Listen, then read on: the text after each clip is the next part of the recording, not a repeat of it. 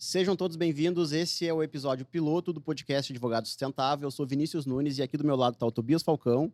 E a gente vai falar contigo, advogado iniciante, advogado raiz, que está explorando o mercado digital, advogado autônomo, pequeno e médio escritório de advocacia. E o papo é sobre empreendedorismo jurídico, marketing jurídico no digital, é sobre gestão, é sobre vendas. E é isso aí, Tobias. A gente vai fazer um papo aberto aqui, galera, sem muito corte, sem muito formalidade. A ideia é transparecer a maior sinceridade do mundo, que foi o que nos fez até agora. E aí, Tobias? Beleza, Vini? Prazer enorme estar aqui com vocês, pessoal. Sejam todos bem-vindos, então, a esse episódio inicial, né, que a gente está idealizando para o Advogado Sustentável. Acho que vai ser um papo muito legal, especialmente porque o Vini é uma das maiores autoridades do advogado raiz no digital, né, Vini? É isso aí, galera. É isso aí. A gente começou lá de trás e essa é a ideia. Eu falo para esse público e o Tobias, para quem não sabe, ele é aluno, ele faz parte do nosso grupo de mastermind lá, que é o topo da cadeia alimentar do nosso ecossistema do Advogado Sustentável. E é um cara que é um case de sucesso do nosso treinamento, do nosso método. E a gente quer passar tudo aquilo que a gente testou, botou em campo para vocês, para facilitar o caminho daquele que está começando na advocacia, sem recurso, começando lá do negativo, não é nem do zero. Do menos 100. Né? Porque acontece muito o seguinte, quem começou com o curso, grande parte das pessoas que começaram com o curso começaram no negativo. Então, o pouco que tinham, investiram naquela metodologia para conseguir tapar o furo. Porque o ideal da metodologia, para quem já conhece, falando para a turma que já acompanha a metodologia, para quem já é aluno, já sabe. O correto é estar no zero e, a partir do zero, a gente começar a fazer aquela escadinha. Mas a grande maioria está no menos da escadinha. Então, ele tem que criar um plano pré-contingência para conseguir ainda chegar na meta dos 20K. É isso aí. E, cara, uma coisa interessante que a gente está, assim, olhando para o nosso momento atual da advocacia, é que nós temos a possibilidade de fazer isso hoje, enquanto que os nossos avós advogados não tinham essa possibilidade. E essa até, assim, para nós começarmos o podcast aqui com o pé direito, a gente poderia fazer uma reflexão sobre o momento da advocacia hoje comparado com o contexto da advocacia em geral. Né? E a gente estava até trocando uma ideia aqui antes de começar, falando que a advocacia ela era bairrista, ela era regionalista. E era assim porque não tinha como ser diferente. Pensa um advogado que se forma lá nos anos 70. Ele advoga com o escritório dele, do lado do foro da cidade dele, e se ele não atende todas as matérias, ele não come. Porque imagina ele se especializar no direito do trabalho, por exemplo, numa cidadezinha pequena ou no bairro dele. No OAB 3 dígitos. Como é que o cara vai viver só da área de especialidade dele? Então ele não podia ter área de especialidade. Ele começa advogando em diversas matérias, aquilo que bate na porta dele, ele bota para dentro. Civil, criminal, faz tudo, né? E a captação, ela era analógica. Ela era o cartãozinho de visitas, a indicação do vizinho. E tinha que ser assim. Classificados o mais arrojado, né? Ia pro classificado. Mas mesmo assim era indicação. Era indicação total, forte, que preponderava lá. E aí nós temos um início de advocacia em que a autoridade, os títulos acadêmicos, eles falavam muito alto. O advogado que escrevia livro, o advogado que tinha mestrado, tinha doutorado, o advogado que tinha um estudo por trás daquela profissão dele, ele acabava tendo um nome e, por força desse nome, ele acabava sendo mais indicado do que o cara que não tinha.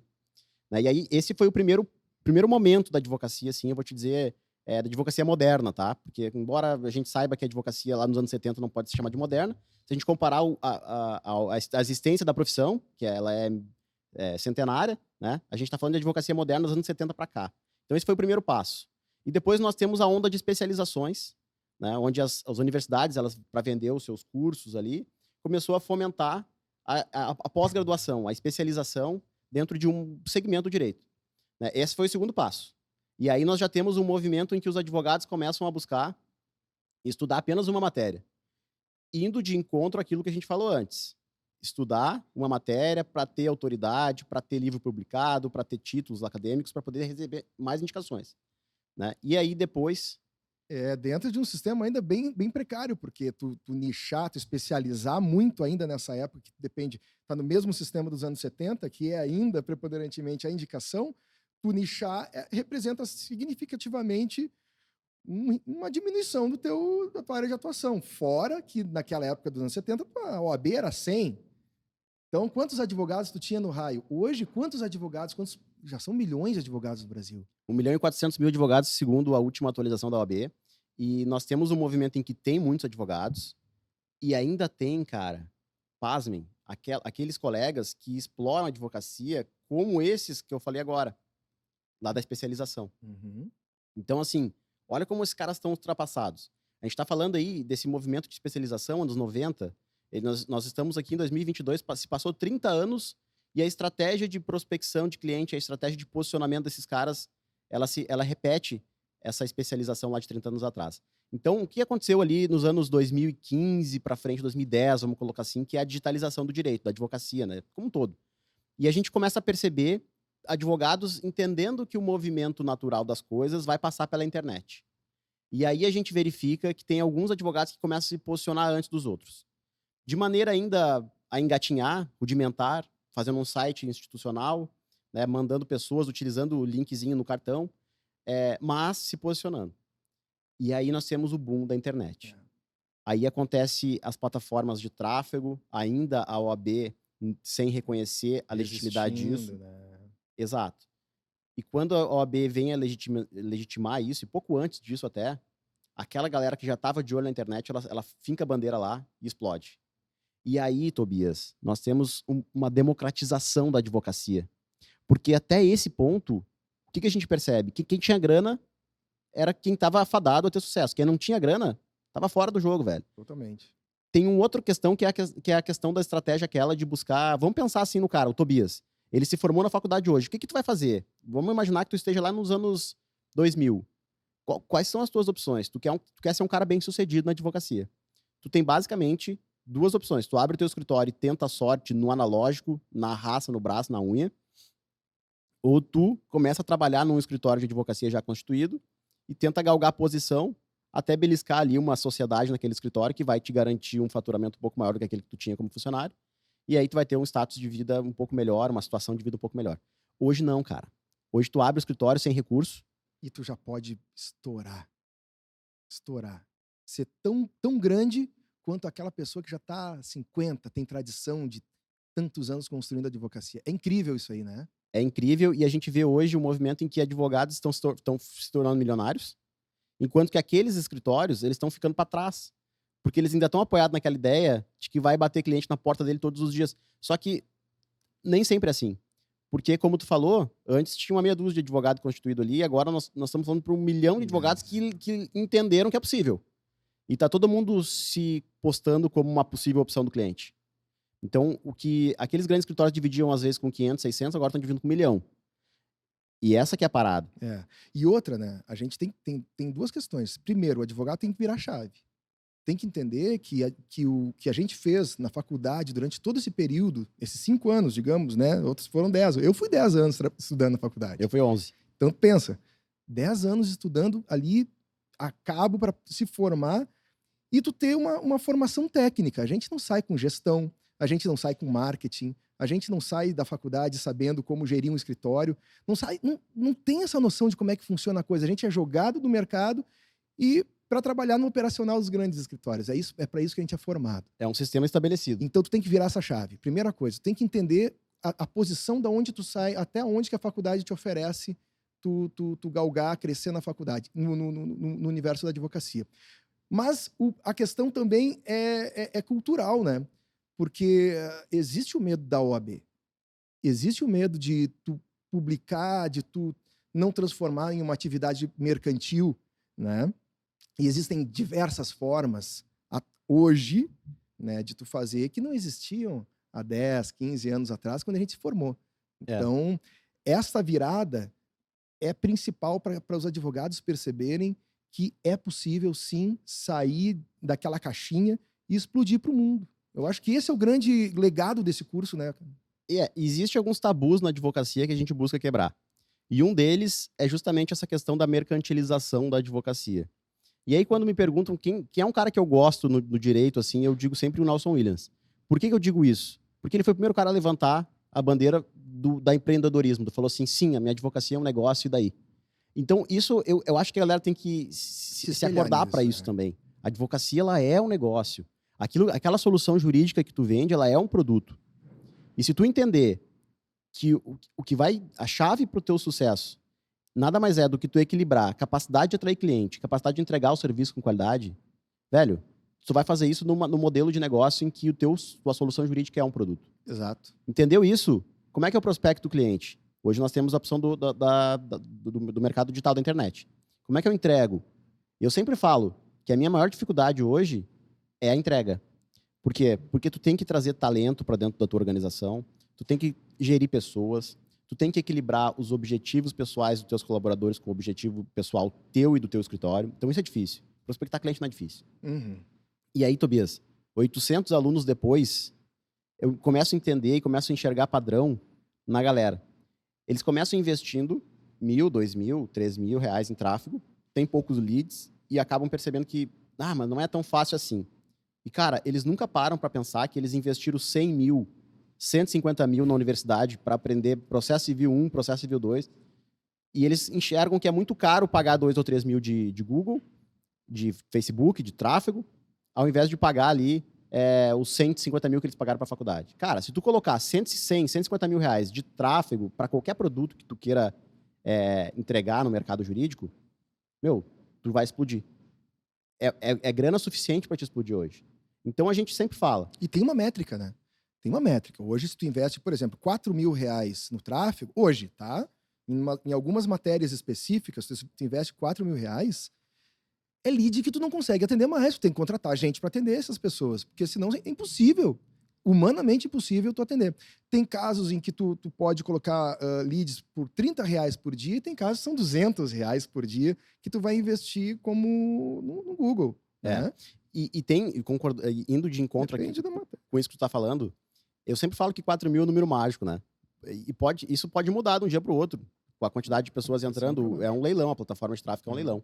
Né? Quanto mais oferta tem ali, oferecendo um valor pela mesma palavra, ou pelo mesmo criativo, vamos colocar assim, vai encarecer. Exato. Não, tem casos de teses que a gente usava. Em agosto, 30 reais me traziam o mesmo que 200 hoje. Eu coloco 200 e vem o mesmo que 30 há meses atrás. Ou seja, é porque diversas pessoas começaram a utilizar também a mesma matéria, perceberam, outros advogados perceberam isso. E a tendência é piorar, com toda certeza. Mas aí eu falo que 4 mil é um número mágico. Se tu botar 13.500, tu não vai receber tanto lead quanto se tu botar 4 mil. Porque ontem eu estava conversando com um aluno nosso, e ele disse, cara, eu botava 3 mil de tráfego mensal, e eu recebia 10 leads, eu botei 4 mil, tô recebendo 20. Então, o 4 mil, por que eu acho que o 4 mil ele é um divisor de águas? Porque tu começa a jogar um jogo diferente. Tu começa a ter menos competição, teu anúncio começa a ficar no ar por mais tempo, embora os 3 mil também fique, 4 mil, cara, parece que é uma outra liga. Tu explode a linha de resistência. Se a gente estivesse falando de trade, tu passa da linha de resistência e tu coloca o teu preço ali em cima um pouco mais. Exatamente. É isso aí. A linha de resistência, né? E eu não sei se é por conta do algoritmo do Google, mas parece que ele te enxerga como um anunciante e um potencial cliente de longo prazo. E ele começa a te favorecer. Né? Antes, quando tu começa ali com 500, 750 mil reais, ele começa a pensar assim, esse cara vai ficar 2 meses e vai embora. Eu não vou deixar de dar lead pro Vinícius, que investe 70, 80 mil reais de tráfego para dar para esse cara aqui, porque esse cara não vai ficar. Esse aqui tá 6 anos comigo. Agora, quando tu começa a investir mais tempo e subir o tráfego, passa de 4 mil reais, parece que ele começa a te favorecer. A plataforma começa a te favorecer. Sim. E aí eu posso estar falando aqui de uma ideia que eu acredito que seja, mas pensando por outro lado, né? A tua campanha começa a ficar otimizada também com o tempo, ele tem mais volume de tráfego para poder identificar quem é o lead certo.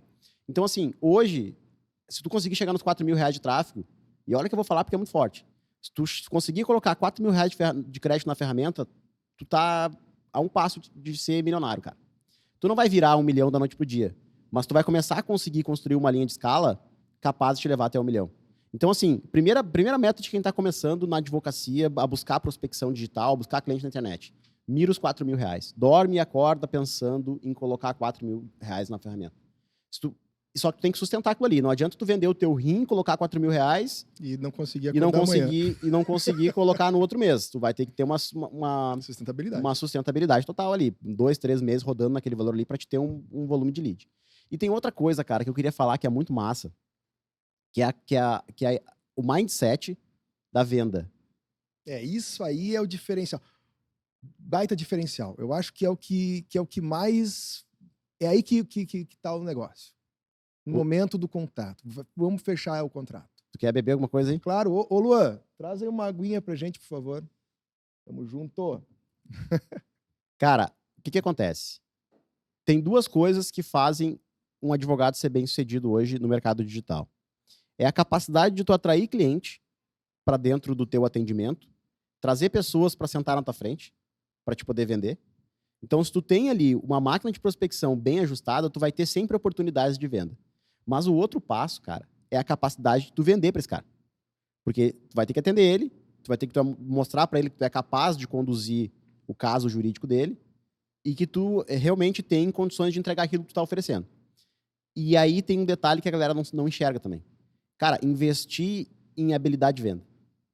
Investir em habilidade de venda hoje, juntamente com a capacidade de tu atrair lead, tu atrair prospectos para o teu negócio, é o que vai virar a chave. E outra, entrando agora ainda mais a fundo nessa questão da habilidade de venda. Cara, tem uma coisa no direito que a galera não entendeu ainda, que é a questão de o advogado ser um profissional de e-mail. Aí, valeu.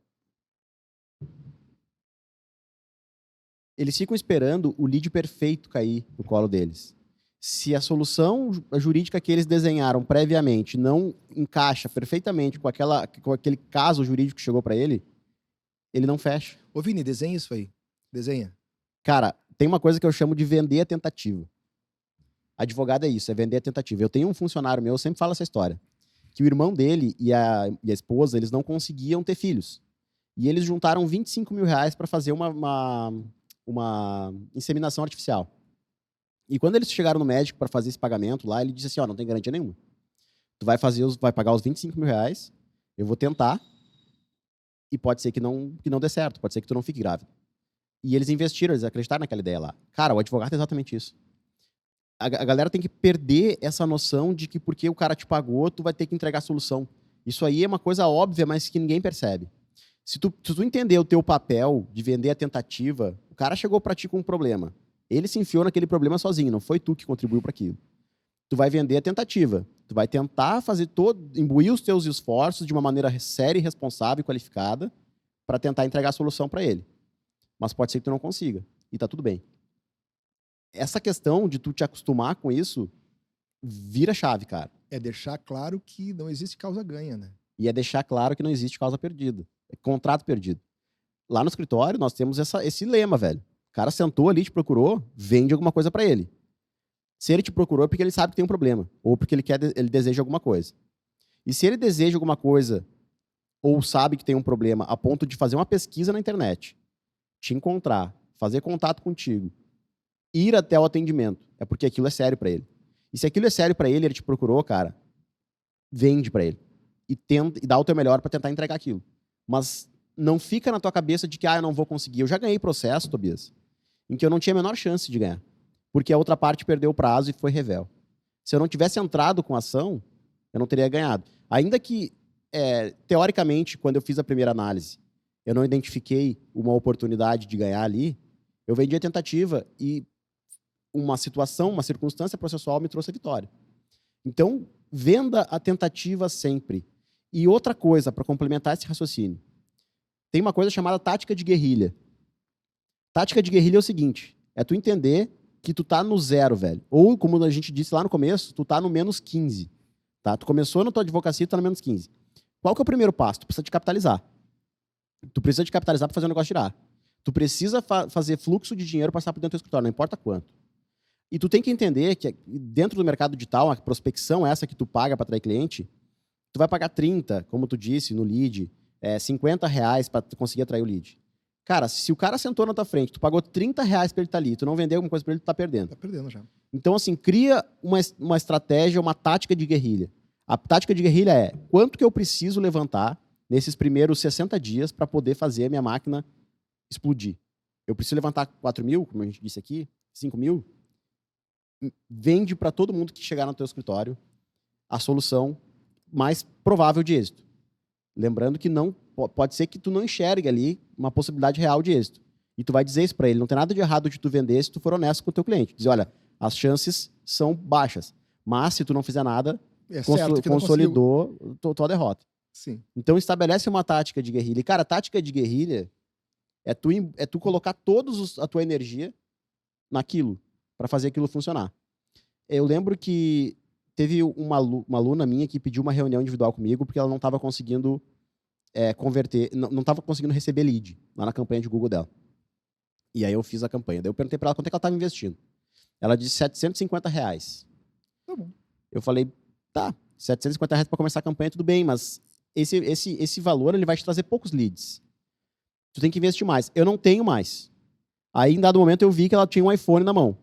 Um iPhone não era o último, mas devia ser o 11 ou 12. Deve custar, não sei, 5, 6 mil reais aquele telefone ali. Aí eu falei isso pra ela, tu não tem R$1.000 pra colocar de lead, mas tu tá com um telefone de 6 mil. Tipo, ela não tá colocando ali, escolhendo corretamente a prioridade dela. Ela não tá usando uma tática de guerrilha, tudo ou nada. Ela não tá deixando de sacrificar outras coisas pra colocar todo o esforço dela na captação de cliente para que vai mudar o jogo. Exato. E uma outra história que eu sempre conto é uma conhecida nossa que resolveu abrir um escritório de advocacia. Ela alugou um escritório num prédio top da cidade, fez uma reforma nesse prédio, e ela pegou e investiu 50 mil na reforma. E quando eu vi isso, ela estava publicando no Instagram, quando eu vi isso, eu pensei, essa pessoa deve ter clientes já. Porque ninguém seria louco de investir 50 mil reais no escritório, sendo que não tem cliente. E era isso que aconteceu, ela não tinha cliente. 6 meses depois ela fechou o escritório. Se ela pegasse esses mesmos 50 mil, cara... Coloca no tráfego e faz no ela quarto tava dela, milionária hoje e comprava a sala dela mobiliada do jeito que ela queria. à vista. É isso. Então, assim, galera que tá começando, desenhe uma tática de guerrilha. Estabelece que nos próximos 60 dias tu vai respirar aquele projeto. Sim. Tu vai colocar todo o teu recurso lá. Tá? E vai fazer dar certo. E se não der, bem-vindo à vida, velho. É assim. É assim que acontece. E outra, se não der, identifica por que não deu. E vai de novo. E vai de novo. Porque não tem... Tu escolhe, cara. Ou tu é o patrão da tua vida, ou tu vai ser o funcionário de quem vai ter o sucesso. É isso aí. Esse é o caminho. E agora, tem uma outra coisa também, né? Quais são os limitantes? Por exemplo, para te começar, tu também... Eu já percebi isso, e aí eu compartilhei isso contigo antes. Tem teses que eu tenho que acreditar na tese. Eu não posso e tenho que acreditar que aquilo funciona, por mais que eu veja que funciona com as outras pessoas, e eu sei que funciona bem, mas para eu entregar isso com verdade, para eu vender isso para o cliente e apresentar aquele valor para o cliente, eu tenho que acreditar também nessa tese. A famosa crença limitante. É uma crença limitante. A pessoa também, o próprio advogado que vai fazer esta venda, ele também tem que tá convencido que aquilo funciona. Então não adianta tu chegar, né, Vini, e pegar uma tese lá, não, mas essa tese aqui funciona, tá todo mundo ganhando muito dinheiro com essa tese, eu vou lá. Não, cara, eu percebi ao menos que comigo não funciona assim. Não sei como é que é pra ti, até quero saber de ti sobre isso, mas não funciona. Eu só vou conseguir vender algo que eu acredito mesmo que vai dar certo. Essa ideia de fé na tese, né? Fé na tese. Cara, isso é forte e tu tem que buscar conhecer aquilo que tu está vendendo e acreditar que é possível. Porque senão, cara, vai comunicar lá com o teu valor interno, porque cada um de nós tem os seus valores. Tu vender alguma coisa que tu não tem capacidade de venda é muito difícil, cara. Que tu não acredite naquele produto ali, é muito difícil. Não, e também tem o seguinte, né, Vini? O advogado, quando ele vai vender, vai fazer o atendimento para o cliente, ele tem que acreditar no que ele está vendendo. Não adianta ele chegar e dizer para o cliente que aquela tese funciona se nem ele acredita que a tese funciona. É uma crença limitante, mas também é um fator até psicológico do próprio advogado também, dele conseguir convencer uma pessoa de algo que nem ele está convencido. Então, é algo que tem que ser trabalhado também pelo próprio cliente. O advogado precisa ter profundidade naquela matéria, precisa ter experiência naquela matéria, ver que ela funciona. Não adianta ele chegar num catálogo de teses e simplesmente botar ele dentro de um sistema de prospecção, os leads começarem a chegar, ele não sabe como resolver, não sabe como identificar as soluções, não sabe para quem serve, mas ele quer vender. Né? Não é assim. E aí também, nesse sentido, a OAB está corretíssima de evitar que isso acabe se tornando corriqueiro e profissionais que não são qualificados naquela matéria, né, acabem atuando. Mas existe sim uma forma da pessoa se qualificar, do cara ir atrás. Só que eu senti isso na pele, né? Eu tenho algumas teses que eu experimentei fazer e que eu via que não acontecia. Não tinha jeito, porque de fato nem eu acreditava que aquilo poderia, mesmo sabendo que funcionava, mesmo sabendo que é certo, mas eu não tinha aquela experiência daquilo funcionar. Aconteceu isso contigo já, Vini? Aconteceu, cara. E essa é uma questão bem importante se a gente parar pra pensar assim, ó. É, tu enxerga o mundo com as tuas lentes. E às vezes tu tem alguns tipos de soluções ali que tu oferece que tu não acredita, que tu não compraria. Saca? É. Por exemplo, assim, ó. Eu vou dar o exemplo das ações de revisão de contrato. Às vezes essa ação não serviria para ti. As pessoas que entram com essa ação, para quem não sabe, elas entram com um objetivo de converter patrimônio. Elas adquirem, no caso dos veículos, por exemplo, elas adquirem um veículo e aí elas pedem a revisão daquele contrato para reduzir o custo daquele contrato e para reduzir, consequentemente, o custo de aquisição daquele patrimônio. Isso aí. Só que, para o Tobias, aquele procedimento ali não faz sentido. Porque o Tobias não enxerga vantagem em ficar litigando numa ação judicial durante alguns anos para ter um desconto de 20 mil reais. Porque 20 mil reais não muda a vida do Tobias. E aí, cara, tu começa a pensar que todo mundo pensa que nem tu. Essa é uma crença limitante. Pensa num cara que trabalha com uma renda, seja qual for a profissão, mas o cara que tem uma renda de R$ 1.500 hoje, e tem 2 filhos. Esse cara dificilmente vai conseguir, pelas vias normais, claro que tem as exceções, mas falando da regra aqui, dificilmente ele vai conseguir alguma coisa, alguma virada de chave na vida dele, fática, que vai catapultar ele para um outro padrão. Se tu colocar 40 mil na mão desse cara, tu dá essa virada de chave para ele. Tá? Então, assim, tem a crença limitante. Eu penso um pouco diferente de ti, porque eu vejo isso como uma questão de emular uma inteligência emocional. Eu sempre olho assim, como tentando não me vincular emocionalmente com aquilo ali. A única coisa que eu vejo para alinhar com os meus valores é se aquilo vai entregar um benefício real para a pessoa ou não. Eu não vou entrar e não vou explorar nada do direito que não traga um benefício real para o meu consumidor final, que é o meu cliente. Se eu enxergo que aquela solução, aquela tese específica, ela traz um benefício para aquela pessoa, eu passo a tentar emular uma inteligência emocional dentro de mim, para mim criar uma fé naquilo que eu estou vendendo, para mim conseguir transparecer essa fé para o meu cliente. Porque, de fato, cara, tu não vai conseguir vender nada que tu não acredite. Empatia também. Porque, na verdade, tu também te coloca na posição do outro, te coloca na posição daquela pessoa, como é que ela vai conseguir resolver aquele problema, porque daqui a pouco vai virar uma busca e apreensão, e a única saída dela é aquele risco. Ou, se ela não faz nada, o carro vai ser apreendido mesmo, né, e não tem o que fazer, né, ou então faz a revisional. Tem um exercício de contexto que eu sempre faço, né, cara? Tentar enxergar por que aquela pessoa tá ali. Eu comecei a trabalhar com advocacia, assim, bem antes de eu me formar, eu tinha 23 anos, e eu tinha alguns preconceitos, como tem até hoje. E eu me lembro que teve uma cliente no escritório para entrar com uma ação de revisão do cartão de crédito dela. Eu acredito que era cartão de crédito.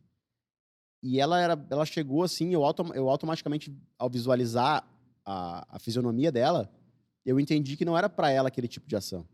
Ela chegou lá, toda bem vestida, assim, com uma roupa de oncinha, assim, parecia aquelas madame de novela. E eu olhei para ela e falei assim, cara, não é para ela essa ação aqui. Ela vai se incomodar, ela vai para SPC Serasa, o banco vai ligar para ela todo dia. Essa pessoa, eu não tenho um perfil de cliente, porque tinha um perfil. A gente via um padrão de pessoas que entravam com aquela ação. Ela não tinha esse perfil. E eu disse para ela, olha, essa ação não é para ti. E ela foi embora. Aí passou um tempo, ela voltou. Cara, daí eu comecei a conversar com ela um pouco mais profundamente. Eu vi que ela estava inserida num problema da vida dela que ela não tinha solução. Ela tava. A gente era o goleiro ali. Ela já tinha passado pelo time inteiro. Nós éramos o último homem de defesa dela ali. Então, assim, cara, eu comecei a não ter mais esse preconceito. O que eu tenho que fazer como advogado é explicar para ela como que funciona aquela ação ali, qual que é o direito dela e quais as consequências que vão gerar na vida dela caso ela opte por entrar com aquele processo. Isso que eu tenho que fazer, cara.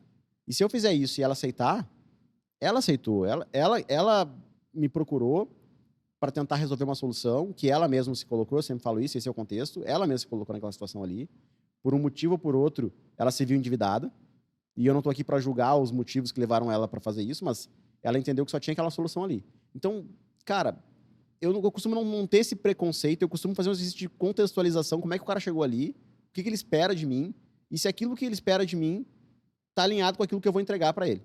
E se tiver alinhado, eu vou ter a compreensão de explicar para ela os efeitos que essa decisão vai gerar na vida dela, e se ela aceitar aqueles efeitos ali, eu vou fazer minha parte. Lindo, né?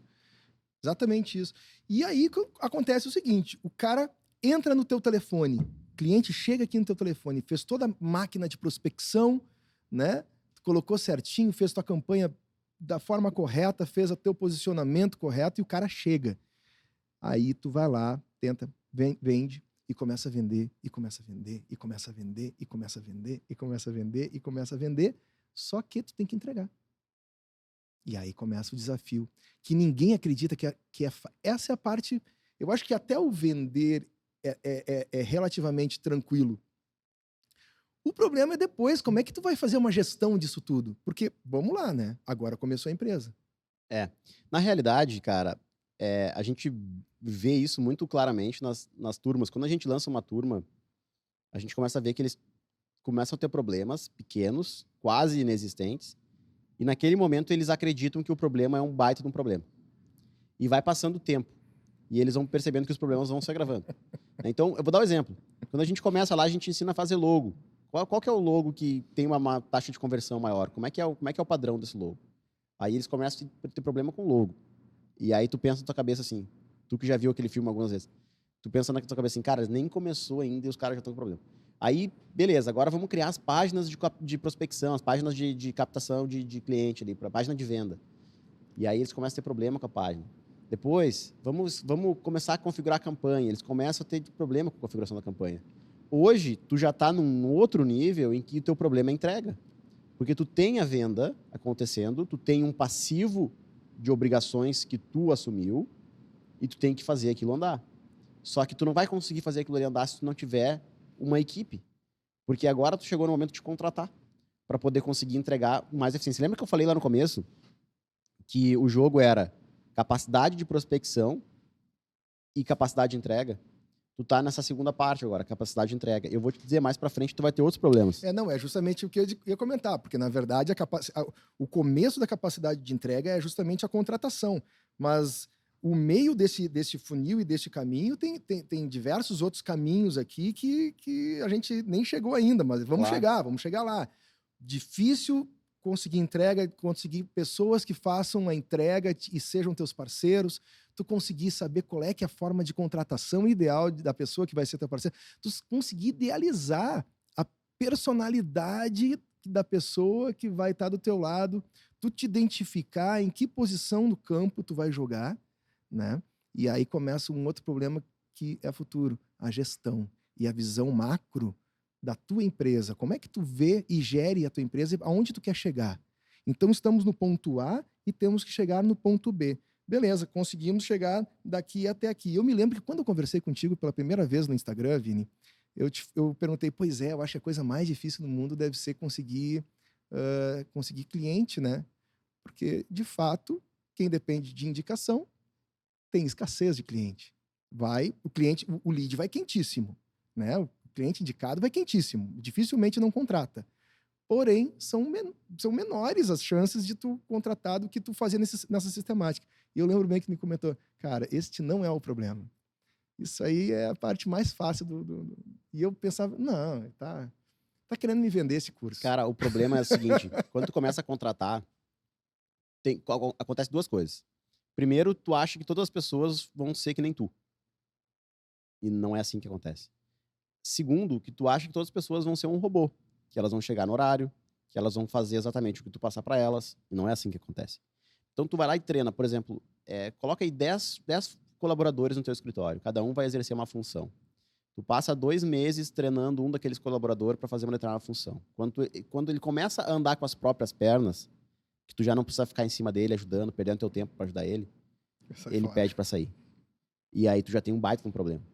Porque tu já estava com tudo organizado para te poder dar o próximo passo, ou duplicar uma outra função, ou trazer mais uma área de atuação para dentro do teu escritório, ou fazer uma parceria para poder entregar alguma coisa para outra pessoa, e tu não consegue fazer aquilo lá. Então tu volta para treinar outra pessoa para fazer aquilo lá. Exatamente. Então assim, cara, e tem um outro detalhe também que eu sempre falo, né? Eu, no começo, eu sempre fui um cara coração, assim. Eu faço amizade muito fácil, me apego demais às pessoas, e negócio é negócio, cara. Chega um ponto que aquele teu amigo que vira teu amigo. Dentro da empresa, no caso, né? Teu funcionário, teu amigaço. Tu dá teu rim pra ele.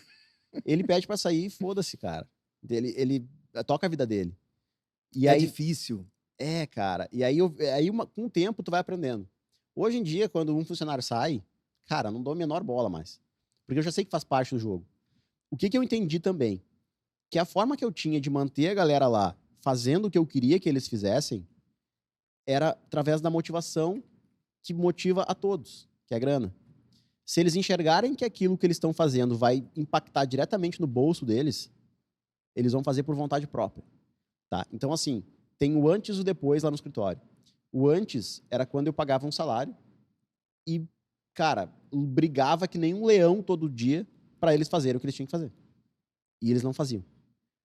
O depois é quando eu entendi que se eu desse uma comissão para eles por produtividade, se eu desse uma comissão para eles por resultado, eles iam buscar as Com coisas. sangue, groselha no olho, como eu falo. Cara, e aí é mágica. Eles começam a trazer soluções que tu não tinha.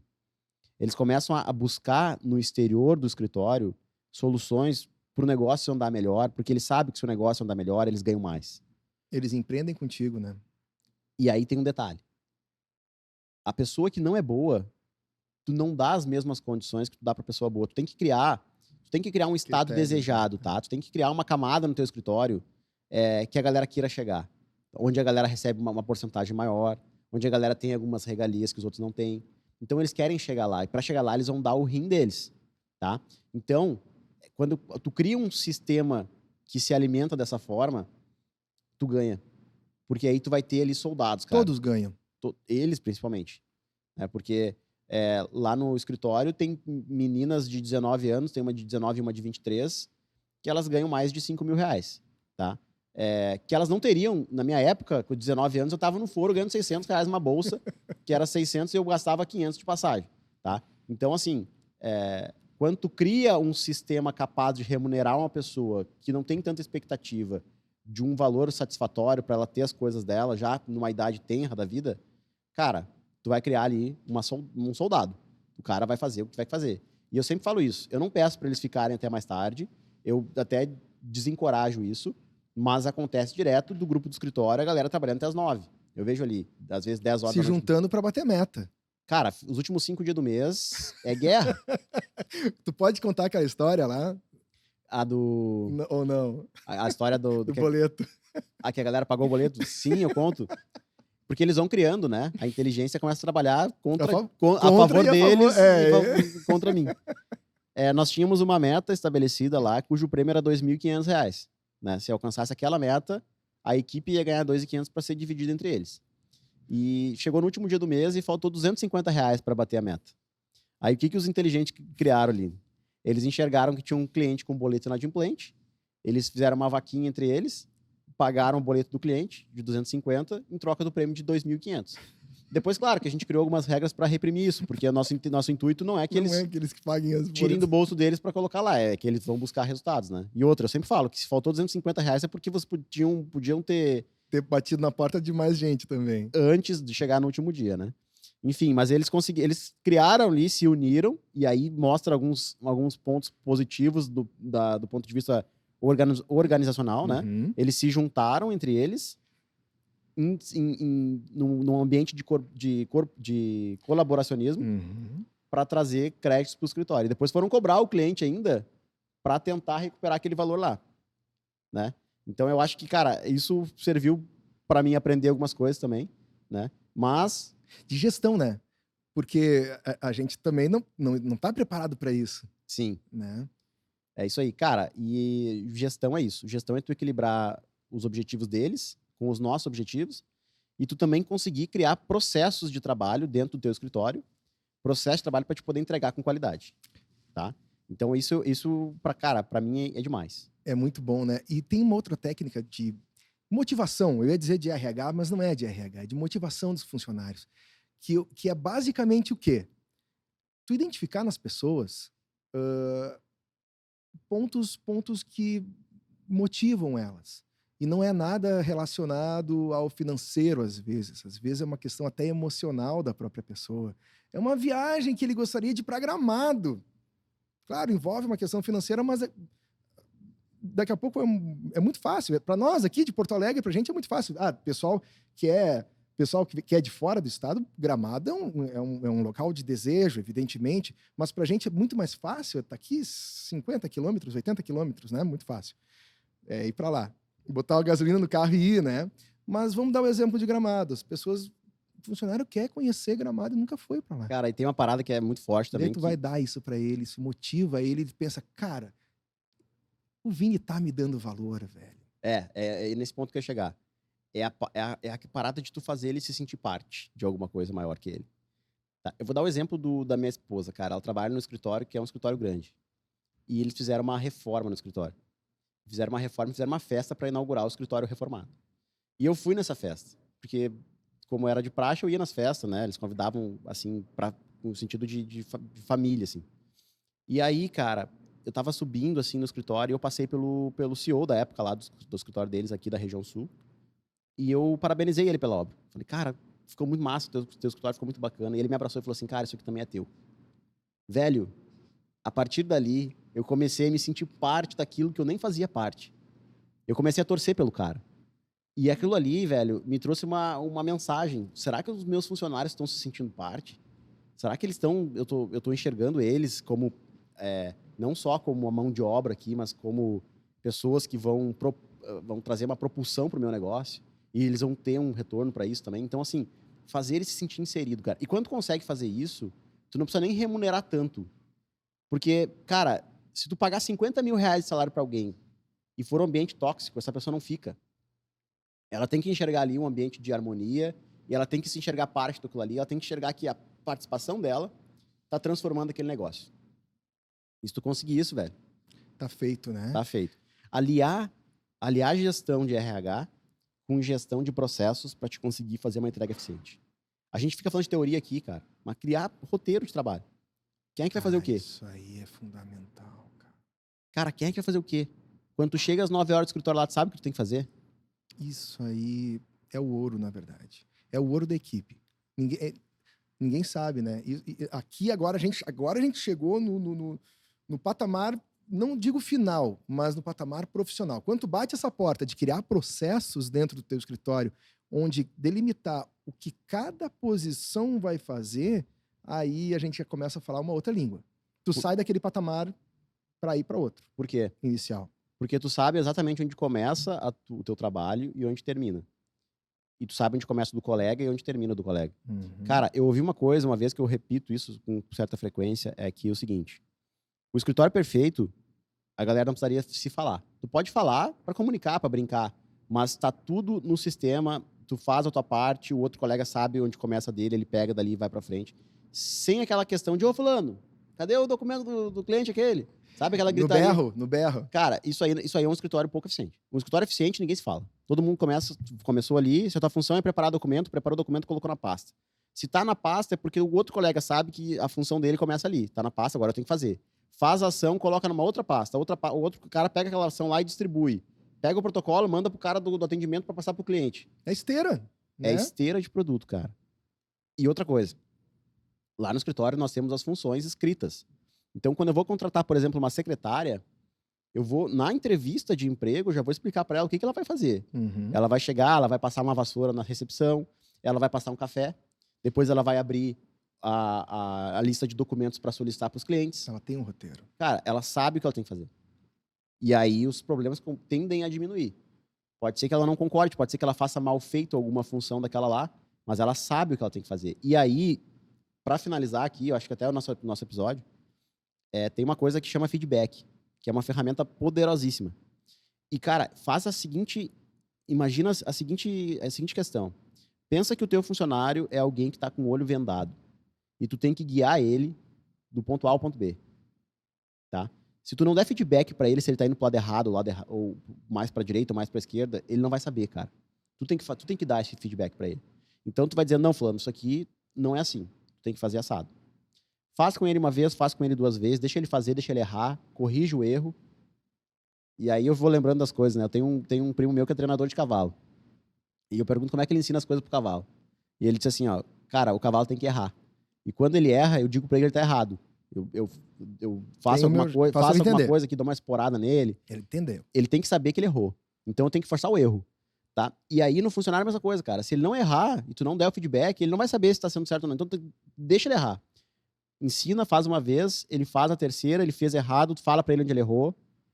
Ele vai fazer de novo, tu corrige, se errou, tu fala de novo. E assim tu vai ajustando, até que uma hora ele tá fazendo certo. Então assim, tu ter uma lista de funções e tu dar feedback é o que tu precisa pra treinar qualquer pessoa. E tem uma terceira e última questão. Às vezes a pessoa não é boa. É o que eu ia dizer. Às vezes a pessoa não é boa e não tem o que tu faça, que tu vai fazer ela fazer aquilo que tu quer da maneira ideal. Tá? E a pessoa boa, normalmente, ela tem o seu próprio estilo e o importante é que ela faça aquilo, entregue aquilo pronto, não importa os meios que ela utiliza, o estilo dela, se ela vai salvar na área de trabalho, documento, ou se ela já vai salvar direto na pasta, ou se depois ela vai ter que fazer... Cara, não importa isso aí, eu não quero saber isso aí. Eu quero que o documento esteja pronto na pasta e protocolado. Como é que ela vai fazer isso? Então, assim, se a pessoa é boa, ela busca soluções. E às vezes as soluções que ela traz, como a gente disse, são melhores do que aquela que tu sugeriu para ela de início. E tem um complemento nisso, tá? Voltando lá para o momento da venda, que é o momento dos momentos mais importantes, não é o momento mais importante, mas é um dos momentos mais importantes desse fluxo, desse processo. No meu escritório tem um sistema que eu falo para meus clientes. Eu dou um login e uma senha em que eles têm acesso ao meu sistema, minha esteira, para eles saberem quantas vezes que eu liguei para o gabinete, porque eu também faço gestão de gabinete, às vezes com os desembargadores, com os juízes, e às vezes eu ligo até mesmo para dar ou pedir que o processo seja concluso, né?